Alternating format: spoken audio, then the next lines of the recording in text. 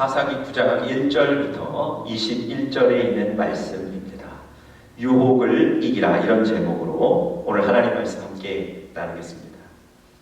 한 크리스천 기업가가 있었는데요. 회사를 성실하게 잘 경영했습니다. 그러던 어느 날 그 회사에 재정적인 위기를 맞게 됩니다. 그 위기를 해결하기 위해서 백방으로 뛰어보지만 이분이 해결하실 수 있는 방법이 없습니다. 망연자실하고 있던 그때 주거래은행으로부터 연락이 옵니다. 몇 월 며칠 날 부도가 나니까 빨리 몸을 피하십시오. 여러분, 어쩌면 그 은행의 그 연락은 인간적으로는 마지막 배려였을 수 있습니다. 아니, 인간적으로 생각해보면 고마운 얘기 아닙니까? 그런데 이분이 홀로 몸을 숨긴다면 피해를 볼 많은 사람들은 누가 구제하겠습니까? 신앙을 갖고 있던 이분이 사실 그 순간에 얼마나 많은 고민을 하셨겠습니까? 이런 경우도 있습니다. 한 아이 엄마가 아이 운동회에 참석을 했습니다. 드디어 아이가 자기 딸이 뛰는 순서가 됐습니다. 멀리서 딸을 지켜보고 있는데요. 그 딸아이가 잘 뛰어서 1등으로 들어왔습니다. 그런데 이 딸 주변으로 같이 뛰었던 친구들이 몰려들기 시작합니다. 그러면서 친구들이 이렇게 얘기해요. 네가 장애물 하나를 넘지 않고 건너 뛰었다는 거예요. 반칙을 했다는 거예요. 여러분, 이 얘기를 듣고 속상한 딸이 엄마에게 달려옵니다. 근데 어머니도 사실 멀리서 지켜보면서 자기 딸이 장애물 하나를 넘지 않고 건너뛰었다는 걸 알고 계세요. 보셨거든요. 사실 그 딸에게 그 잘못된 부분들을 말씀해 주시고 지적해 주실 그런 순간이었는데요. 이 어머니가 그 딸에게 이렇게 얘기했다 그래요. 야, 인생 살다 보면 그럴 수도 있는 거야. 괜찮아. 여러분, 우리가 하루하루 살면서 우리 삶에 이런저런 유혹들이 많이 생깁니다. 특별히 여러분과 제가 예수님을 주인으로 모시고 살아가는데요. 이 세상의 논리들이 그런 우리들에게 부담이 될 때가 참 많습니다. 그래서 그리스도의 자녀로 이 땅을 살아가는 것이 그렇게 쉽지만은 않습니다. 그런 유혹들, 그 유혹의 순간들을 이겨내야 되거든요. 오늘 서두에 제가 이런 말씀을 드렸는데요. 오늘 본문에 보시면 그런 유혹 앞에 무너져버린 한 사람의 얘기가 나옵니다. 바로 기드온의 아들 아비멜렉이라는 사람입니다. 여러분, 사실 이 기드온은 미디안의 13만 명의 그 대군을 물리친 그런 이스라엘의 리더 장수이지 않습니까? 많은 사람들이 그에게 자신의 재산을 기꺼이 내주기까지 하고 우리의 왕이 되어달라고 요청하기까지 할 정도로 사실 그는 신뢰받는 사람이었고 인기 있는 사람이었습니다.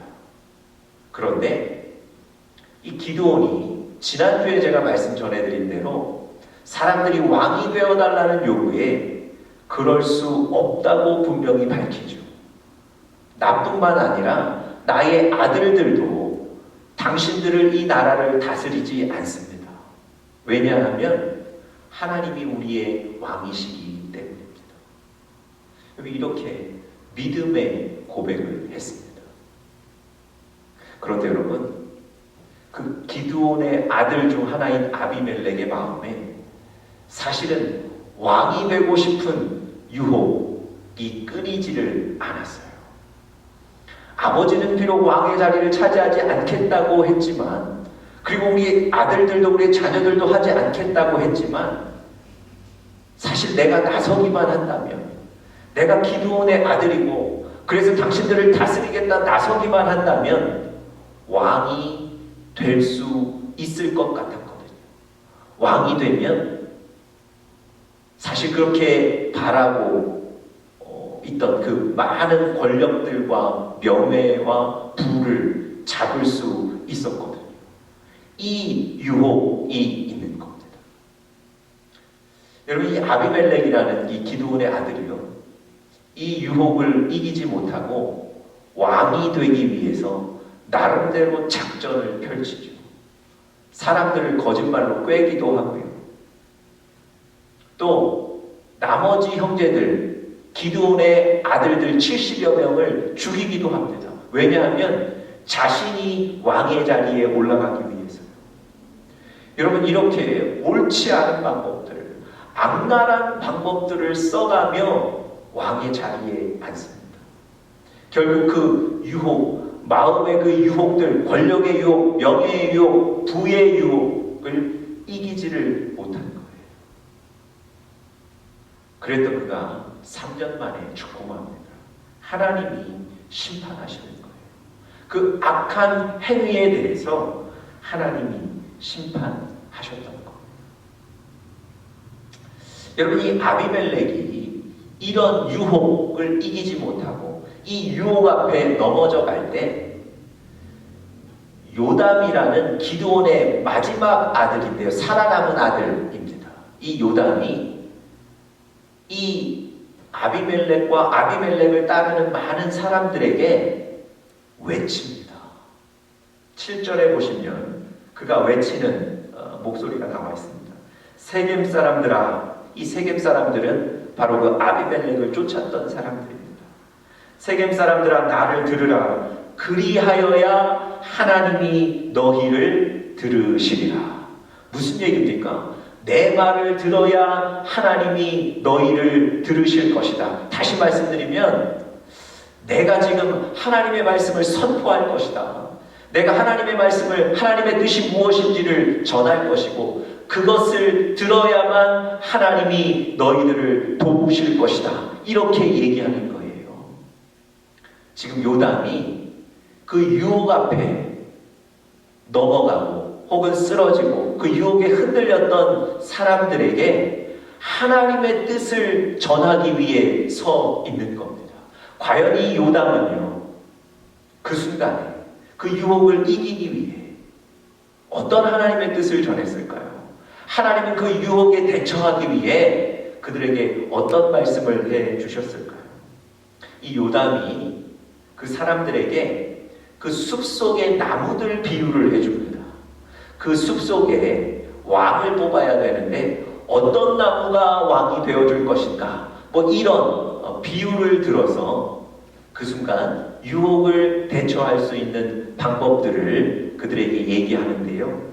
아마 여러분들과 저에게도 이 얘기를 통해서 우리가 유혹에 어떻게 대처하고 이길 수 있는지를 동일하게 말씀해 주십니다. 우리가 오늘 본문에서 그 비유를 통해 몇 가지를 나누면서 여러분들과 저도 하나님의 말씀으로 그 유혹 앞에 대처하실 수 있기를 간절히 축복합니다. 첫 번째로요, 하나님이 우리 삶의 최우선 순위이십니다. 하나님이 우리 삶의 최우선 순위이십니다. 이 분명한 인식과 이 분명한 믿음이 있어야 유혹을 대처하고 유혹을 이길 수 있다는 겁니다. 역으로 이런 인식과 이런 믿음이 없으면 유혹 앞에 속수무책으로 넘어질 수밖에 없는 겁니다. 여러분, 하나님을 최우선 순위로 둔다면 하나님의 뜻이 무엇인지를 먼저 보게 되고요, 그 하나님의 말씀에 순종하여 나가게 됩니다. 그런데 하나님이 우리 삶의 최우선 순위가 아니시면 나의 욕심이나 나의 욕구나 유혹들, 여러 가지 여러 종류의 유혹들 앞에 그것 따라가 버리게 되는 것 아니겠습니까? 오늘 본문, 아까 제가 말씀드린 그 숲속의 왕을 뽑는 그 나무들 비유를 보면 이런 얘기입니다. 숲속에 왕을 정해야 되는데 많은 나무들이 감람나무에게 찾아가서 당신이 우리 이 숲속의 왕이 돼서 우리를 다스려 주십시오 얘기합니다. 그때 감람나무가 거절을 해요.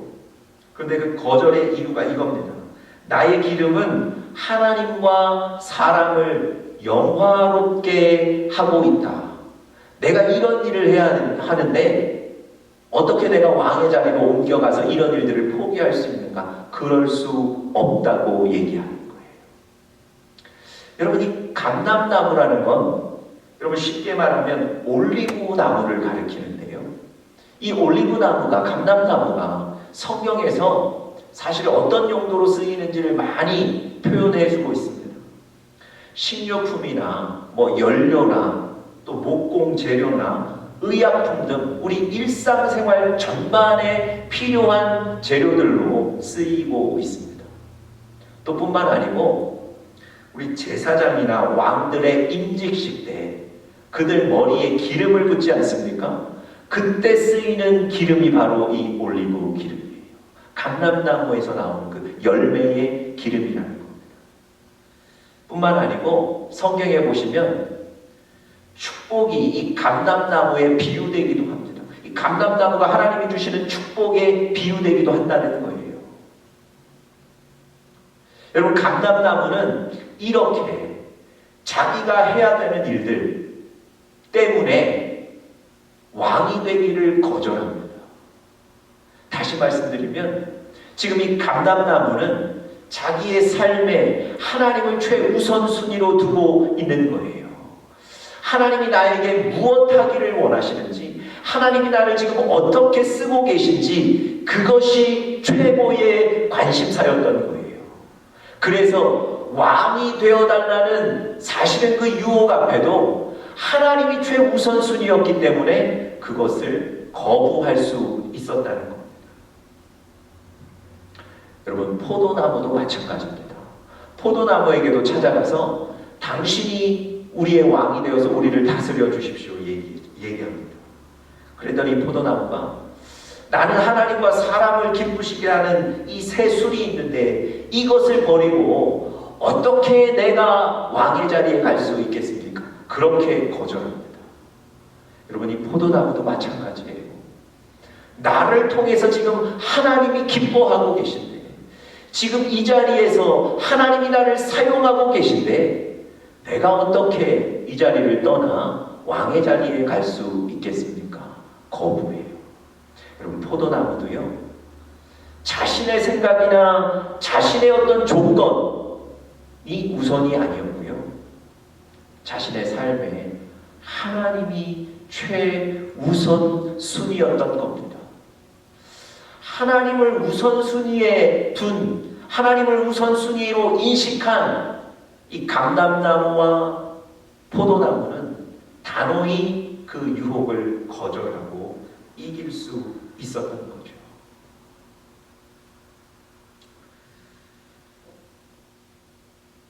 마가복음 13장 14절에 성경이 이런 말씀을 해주십니다. 멸망하게 하는 가증한 것이 있어서는 안 될 곳에 있는 것을 보면 유대에 있는 사람들아 산으로 도망하라. 멸망하게 하는 가증한 것이라는 게 무엇이겠습니까? 우상을 얘기하는 거겠죠. 지금 성경은 그 우상에 대해서 아주 경계하고 있는 거예요. 그런데 이 말씀을 잘 보시면 단순히 우상의 존재에 관해서만 경계하고 있는 것이 아니고요, 바로 그 다음 구절에 뭐라고 되어 있다고요? 멸망하게 하는 가증한 것이 있어서는 안 될 곳에 있다면, 즉 하나님이 계셔야 될 곳에, 하나님이 최우선순위가 되셔야 될 여러분과 저의 마음과 인생에 우상이 그 자리를 차지하고 있는 것, 그것 또한 하나님이 경계하시는 겁니다. 여러분, 어떻습니까? 여러분과 제가 하나님만 높이고 하나님을 예배하고 하나님께 영광 돌리고 하나님을 우리 인생의 주인으로 왕으로 인정하며 나아가야 되는데요, 그 귀한 마음의 자리에 지금 하나님이 아니고 다른 어떤 것들이 그 자리를 차지하고 있지는 않습니까? 그렇다면 여러분과 저도 사실은 유혹에 쉽게 넘어질 수밖에 없습니다.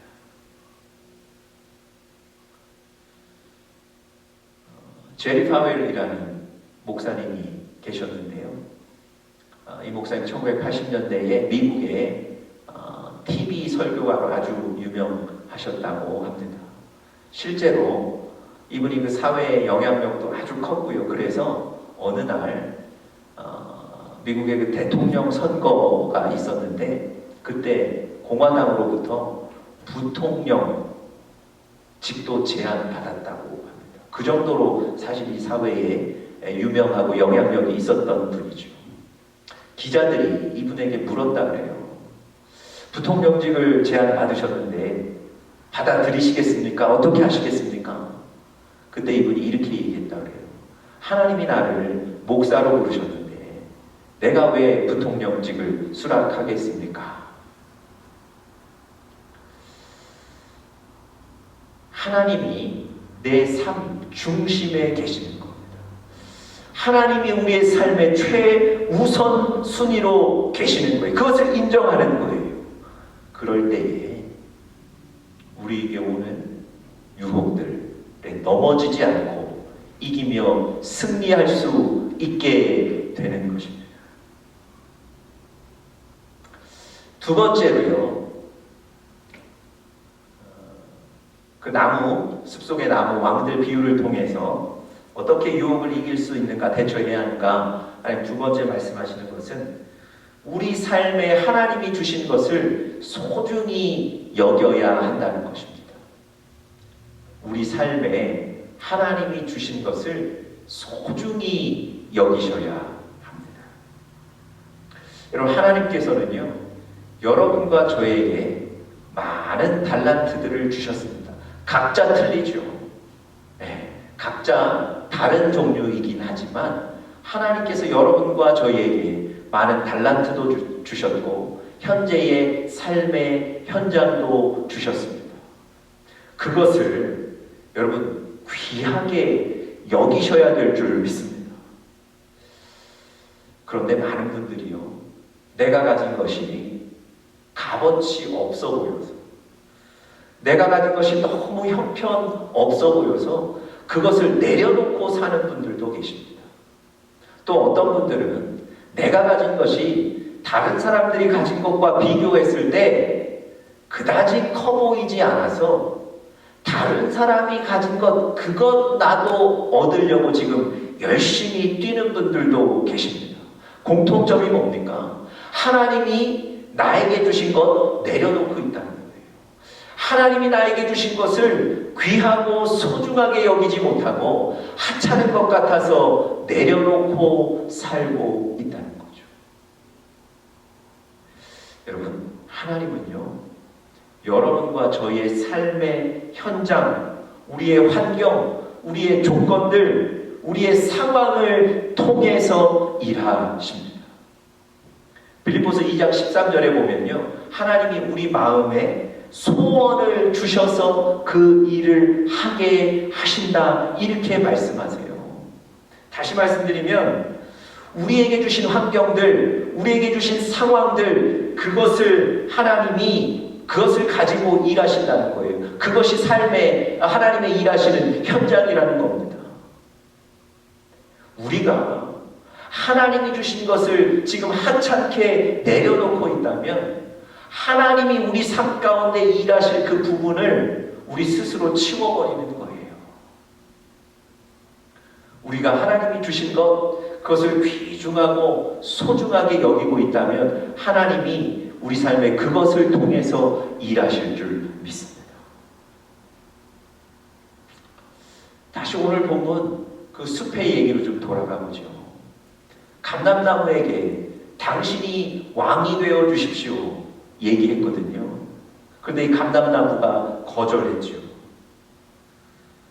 나는 하나님이 나에게 주신 이 귀한 열매를 가지고 기름을 내고 그래서 그 기름으로 왕과 제사장들의 머리에 부어서 그들이 왕이 되도록, 그들이 또 제사장이 되도록 임직하는 일에 쓰이는 이 귀한 일을 한다.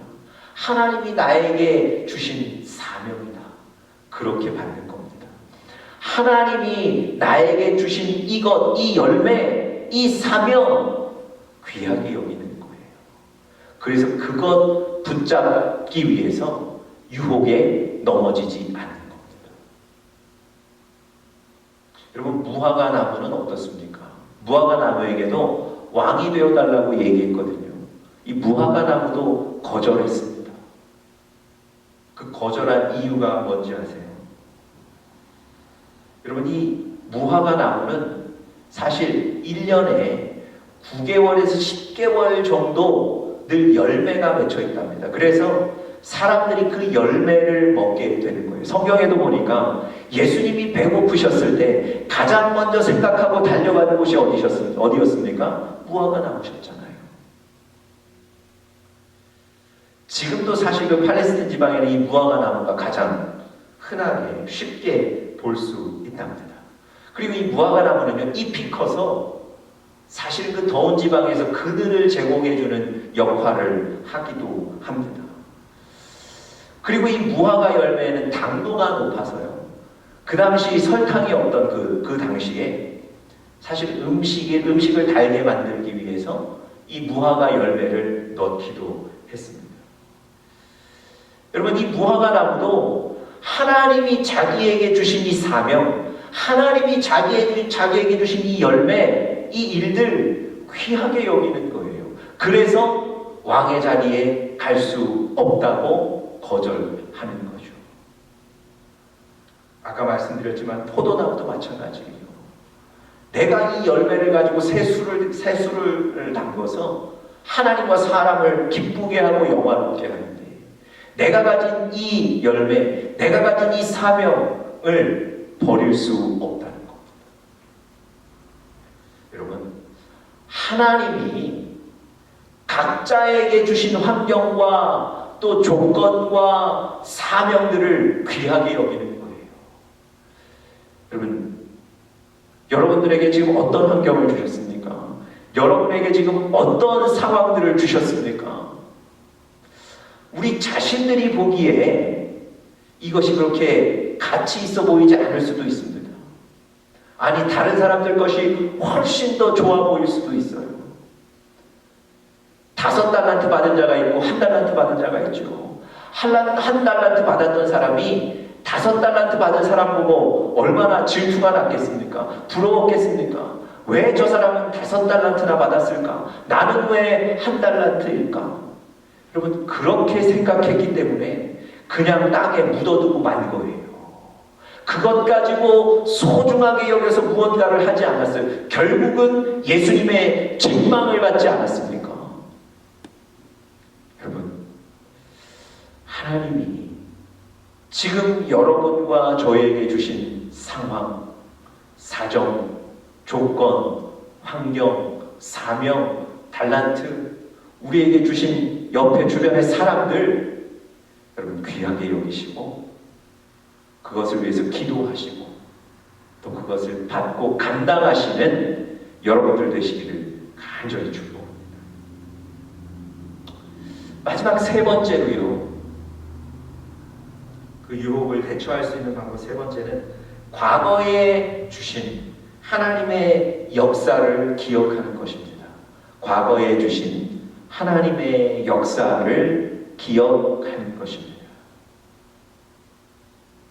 이 요담이라는 사람이 유혹에 넘어가는 그 사람들을 향해서 지금 이 숲속의 비유를 전하죠. 그리고 마지막으로 그들에게 직접적으로 이야기합니다. 기드온에 관해서 이야기해요. 여러분, 기드온은 300명을 데리고 13만 5천 명의 미디안 대군을 물리친 장수이며 이스라엘의 리더입니다. 그가 이스라엘 백성들을 7년간의 압제 속에서 해방한 인물입니다.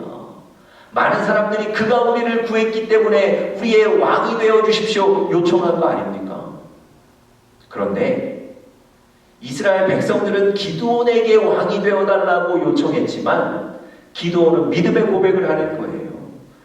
내가 뛰어나서 이긴 것이 아니고, 내가 용기 있어 그 전쟁에 나가는 것이 아니고, 하나님이 나를 선택해 주셨고, 하나님이 나에게 군사들을 붙여주셨고, 하나님이 나에게 승리를 주셨기 때문에 지금 해방의 역사가 있는 것입니다.